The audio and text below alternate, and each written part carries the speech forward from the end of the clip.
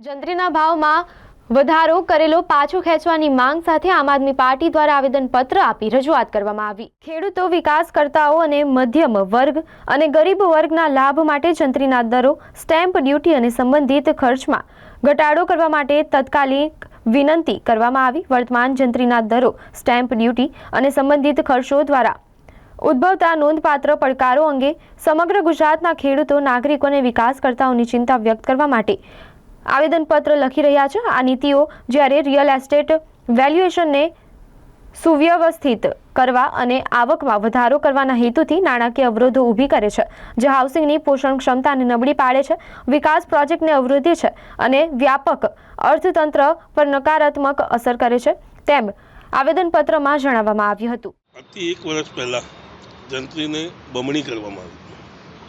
આજે એ વાતને 1 વર્ષ પૂરું નથી થયું, હજુ માર્ચમાં એ વાતને પૂરું થશે 1 વર્ષ। એ પહેલાં 200% જંત્રી વધારો કરવામાં ફરી એક હૂંફ આગળ આવી રહી છે। અમારી માંગ છે કે આજે ગરીબ જનતા પર આટલો ભાર કઈ રીતે ગરીબ જનતા સહન કરશે।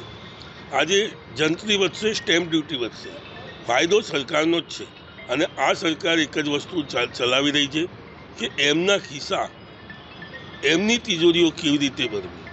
આ તંત્ર લૂંટ કરવા બેઠું છે, લૂંટ ચલાવી રહ્યું છે। આ ખાલી જંત્રીની વાત નથી, દરેક જગ્યાએ ભારતીય જનતા પાર્ટી પોતાની મનમાની કરી અને પૈસા એકત્રિત કરવાનો જ એક રસ્તો બનાવી રહી છે। તેના માટે અમે આવેદન આપ્યું છે કે તાત્કાલિક ધોરણે આ જંત્રી જે વધવાની છે તેને રોકવામાં આવે, નહીં તો અમે ગાંધી ચિહ્ને જઈ અને ધરણા પર બેસી।